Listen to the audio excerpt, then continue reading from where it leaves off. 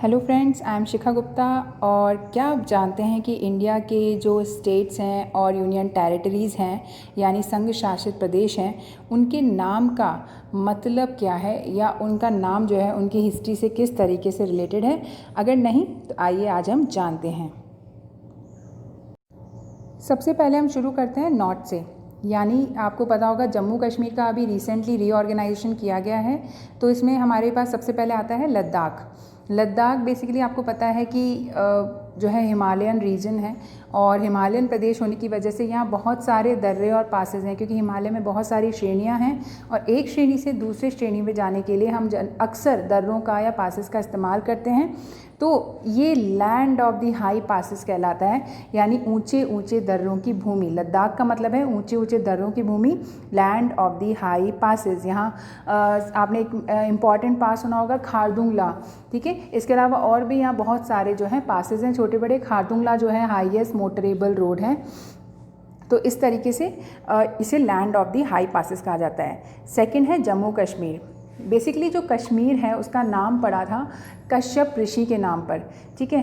कश्यप ऋषि जो है, आपने सप्त ऋषि की थ्योरी सुनी होगी, और सप्त ऋषि जो 7 ऋषि वाला कॉन्सेप्ट है उसमें से एक ऋषि थे ऋषि कश्यप, और ऐसा माना जाता है कि वो कश्मीर में उन्होंने निवास किया था।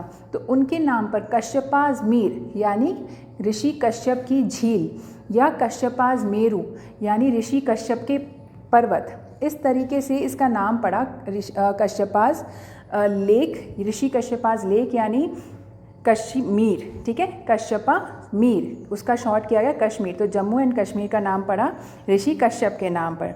इसके बाद आते हैं हिमाचल प्रदेश। हिमाचल प्रदेश का जैसा कि आपको पता होगा कि हिम का मतलब होता है स्नो यानी बर्फ़, और हिम अचल यानी अचल मतलब पर्वत। तो ऐसे हिमाचल जो है उसे बोलेंगे होम ऑफ स्नोई माउंटेन्स, यानी बर्फ़ से ढके हुए पर्वतों का घर, हिमाचल, ठीक है, home of the snowy mountains. इसके बाद हम बात करते हैं उत्तराखंड की। उत्तराखंड का मतलब होता है उत्तर खंड यानी नदन पार्ट। हमारे यूपी से जो है सेपरेट होकर उत्तराखंड बनाया गया था और इसे बोलते हैं उत्तराखंड यानी नदन पार्ट। इसके बाद हम बात करते हैं पंजाब। पंजाब तो आपको पता ही होगा कि 5 जो मुख्य नदियां हैं, उन नदियों से मिलकर उसका जो क्षेत्र बनता है उसे हम बोलते हैं पंजाब। आप का मतलब होता है रिवर या नदी, ठीक है। तो पंजाब 5 रिवर या 5 नदियाँ। तो ऐसे द 5 रिवर्स के नाम पर नाम पड़ा पंजाब का। इसके बाद है हरियाणा। हरियाणा बेसिकली आपको पता ही होगा कि महाभारत हुई थी कुरुक्षेत्र में, और जो कुरुक्षेत्र है वो पड़ता है हरियाणा में। तो उससे रिलेट करके ऐसा माना जाता है कि श्री कृष्ण भगवान जो है हरियाणा में रहे थे, और उन्हीं के नाम पर हरि अयन यानी विष्णुज अबॉर्ड, जो हरि का मतलब होता है भगवान विष्णु या कृष्ण जिनके अवतार थे, तो विष्णुज अबॉर्ड यानी हरि का घर, हरि अयन, हरियाणा। तो नाम पड़ा कुरुक्षेत्र से रिलेट करके विष्णु जी से। या इसके बारे में एक और थ्योरी है कि हरियाणा का नाम पड़ा है हरित और अरण्य यानी ग्रीन फॉरेस्ट, हरे जंगलों से। तो दोनों ही थ्योरी इसके साथ प्रचलित है। हिस्टोरियंस में इसमें डिस्प्यूट है कि किस तरीके से इसका नाम पड़ा। तो दोनों ही कॉन्सेप्ट मैंने आपको बता दिए हैं। इसके बाद हम चलते हैं थोड़ा सा वेस्टर्न इंडिया में। यहाँ पर आएगा सबसे पहले राजस्थान यानी राजा का स्थान, लैंड ऑफ द किंग्स। यहाँ पे बहुत सारे राजे महाराजे हुए, इसलिए इसे बोलते हैं राजस्थान। इसके बाद गुजरात। गुजरात बेसिकली अगर हम देखें तो 8वीं शताब्दी के आसपास, एंशिएंट मिडाइवल इंडिया की बात करें तो यहाँ पे गुज्जर प्रतिहार जो थे, इन डायनेस्टी का रूल हुआ करता था। तो उन्हीं के नाम पर द लैंड ऑफ द गुर्जर्स, गुर्जरों की भूमि के नाम पर इसे गुजरात कहा गया। इसके बाद थोड़ा सा ईस्ट चलते हैं। सबसे पहले देखते हैं यूपी यानी उत्तर प्रदेश। तो ये तो सिंपल है, द नदर्न टेरिटरी, भारत के उत्तर में पड़ता है और इसका नाम पड़ा नदर्न टेरिटरी, उत्तर प्रदेश। इसके बाद हम देखेंगे एमपी। ये भी अगर पूरे इंडिया को देखें तो इंडिया के सेंटर में पड़ता है, इसलिए इसका नाम द सेंट्रल टेरिटरी यानी मध्य प्रदेश रखा गया। थोड़ा सा और राइट में चलेंगे तो हमें दिखेगा बिहार। बिहार बेसिकली जो नाम पड़ा है वो पाली भाषा के विहार शब्द से पड़ा है। आपको पता ही होगा कि जो लॉर्ड बुद्धा थे, भगवान बुद्ध जो थे, उन्होंने पाली भाषा का इस्तेमाल किया था। और जो बुद्ध धर्म होता है इसमें विहार जो होते हैं वो बौद्ध भिक्षुओं का निवास स्थान होता है। तो बिहार जो है अगर हम देखेंगे तो लॉर्ड बुद्धा जो थे, भगवान बुद्ध थे, उनकी लगभग ऑलमोस्ट पूरी हिस्ट्री या उनका पूरा जीवन काल जो है बिहार से कहीं ना कहीं रिलेटेड था। तो अबॉर्ड ऑफ द बुद्धा यानी बेसिकली इसे कहा गया बिहार और उसके नाम से पड़ा बिहार। इसके बाद हम देखते हैं झारखंड। झारखंड, झार मतलब झाड़ियाँ या फॉरेस्ट या जंगल इसे हम मान सकते हैं, और खंड मतलब लैंड, तो लैंड ऑफ द फॉरेस्ट। यहाँ पे बहुत सारे जो हैं इस तरह का प्रदेश है, यानी झाड़ियाँ जंगल ये सब हैं, तो land of the forest Jharkhand. ठीक है, इसके बाद देखते हैं हम छत्तीसगढ़, जो कि मध्य प्रदेश से अलग होके बना था। 36 यानी 36, गढ़ मतलब फोर्ट। बेसिकली 36 यहाँ पर जो है पुराने जो एंशिएंट टाइम के जो हैं फोर्ट्स हैं, गढ़ हैं, इसी के नाम पर इनको कहा गया है छत्तीसगढ़। ठीक है, इसके बाद हम देखेंगे उड़ीसा।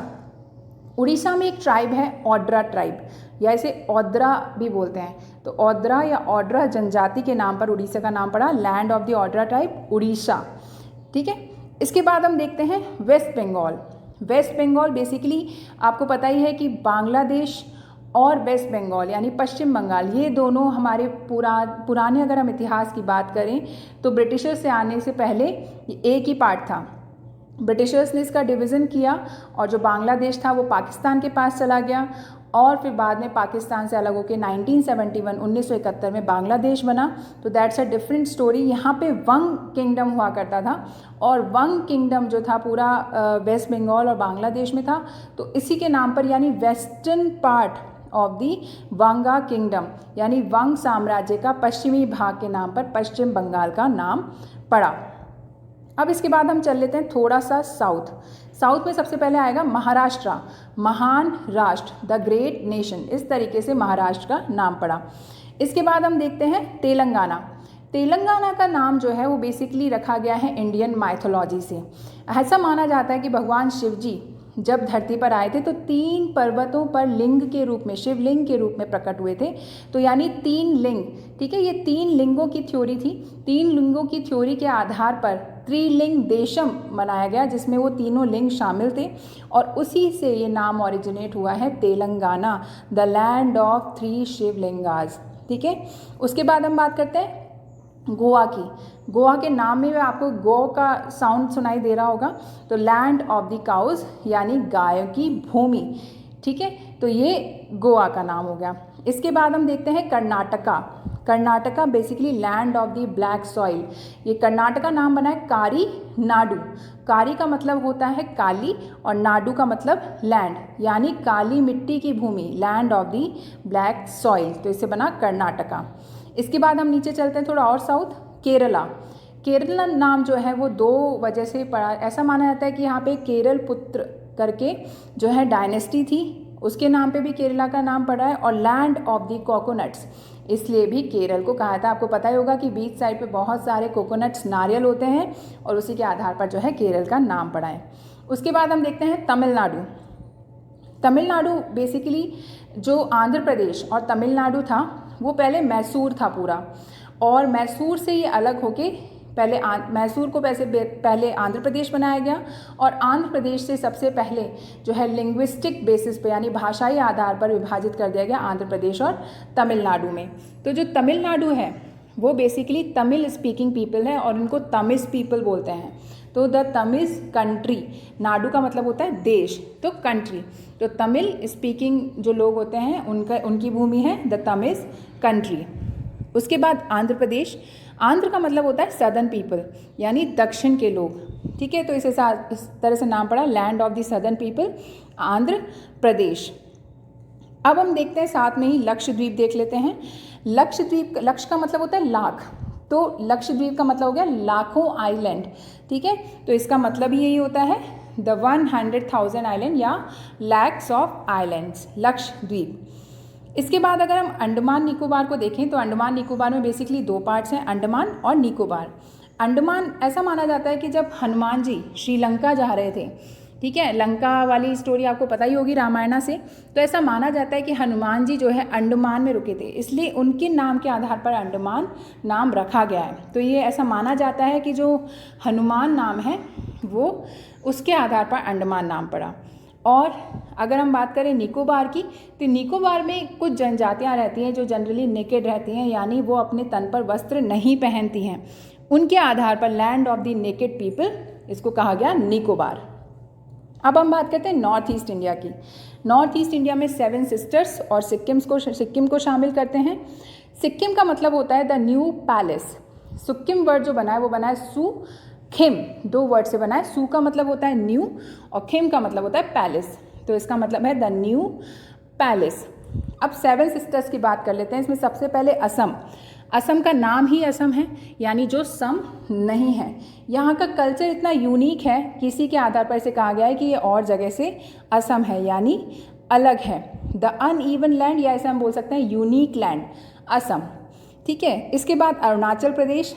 आपको पता है कि सूरज कहाँ से उगता है? पूरब दिशा से उगता है, यानी किसी भी देश का जो ईस्टर्न मोस्ट पॉइंट होगा, यानी पूर्वी सबसे पूर्व का बिंदु होगा, सबसे पूर्व का स्थान होगा, वहाँ पर सूर्योदय सबसे पहले होता है। तो भारत में वो जगह कौन सी है? अरुणाचल प्रदेश। तो अरुणाचल प्रदेश में जो है ऊंचे ऊंचे माउंटेन्स हैं, ऑब्वियसली वही हिमालय का पार्ट है, और पूर्वांचल की पहाड़ियाँ हैं, तो उनको बोला जाता है the dawn lit mountains. Arun का मतलब होता है जो सूर्योदय के समय का सूरज होता है उसे बोलते हैं अरुण, और अचल का मतलब होता है mountains. The dawn lit mountains, इसका मतलब हो गया अरुणाचल प्रदेश। इसके बाद नागालैंड। नागालैंड का नाम पड़ा नागा जनजाति के आधार नाम पर, और तो इसका नाम हो गया लैंड, मतलब आपको पता है ये भूमि, the land of the Naga people. इसके बाद मणिपुर।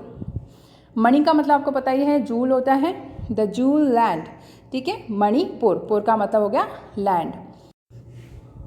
इसके बाद थोड़ा और साउथ आ जाते हैं। साउथ में हमको दिखेगा मिज़ोरम। मिज़ोरम का मतलब होता है basically country of the hilly people. रम का मतलब कंट्री, और मीज़ो ट्राइब के नाम पर ये रखा गया है। मीज़ो ट्राइब का बेसिकली मतलब होता है हिली पीपल। मीज़ो का मतलब हिली पीपल, मी मतलब पीपल, जो मतलब हिल, तो यानी हिली पीपल, तो country of the hill people उसको बोलेंगे मिज़ोरम। फिर आता है त्रिपुरा। त्रिपुरा बेसिकली देखा जाए तो बे ऑफ बंगाल के काफ़ी पास पड़ता है, और इसी के आधार पर इसका नाम पड़ा त्रिपुरा, लैंड नियर वाटर।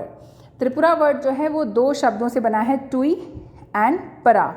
तो प्रा का मतलब होता है नियर और टुई मतलब होता है वाटर, तो लैंड नियर वाटर, इसके आधार पर नाम पड़ा त्रिपुरा। और इस क्रम में हमारा लास्ट जो है स्टेट बचता है वो है मेघालय। और ऑब्वियसली आपको पता है पूरे वर्ल्ड में सबसे ज़्यादा बारिश कहाँ होती है? चेरापूंजी मौसनराम में, जो कि कहाँ पर है? मेघालय में। तो इसी तरीके से इसका नाम रखा गया है मेघालय, यानी अबॉर्ड ऑफ द क्लाउड्स, बादलों का घर।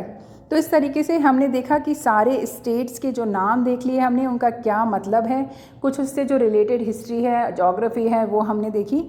होपफुली ये वीडियो आपको इंटरेस्टिंग लगा होगा, और ऐसे ही अगर आपको कोई और इंटरेस्टिंग टॉपिक है वो आप हमें सजेस्ट कर सकते हैं कमेंट बॉक्स में।